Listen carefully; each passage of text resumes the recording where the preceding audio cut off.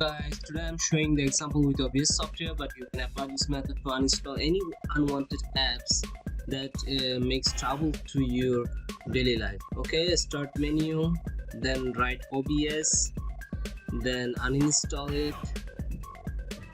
Okay, you see here, then you will go to this control panel dialog box.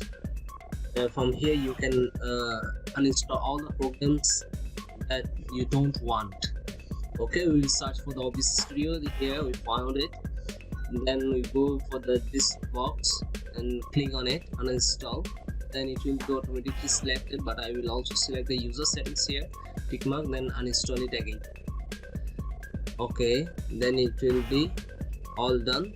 Close it now. Okay, there are some tricks that I'm going to show you later. Is close here, yeah, and close it over here.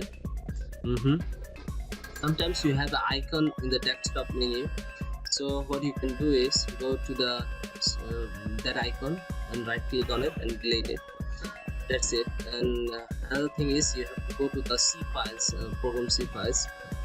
So that's why you go to the start menu, then you will go for the open file location, then you will find these things. But no, we totally fit the file from the C drive. Yes, here you see, if you write here OBS, there is no more.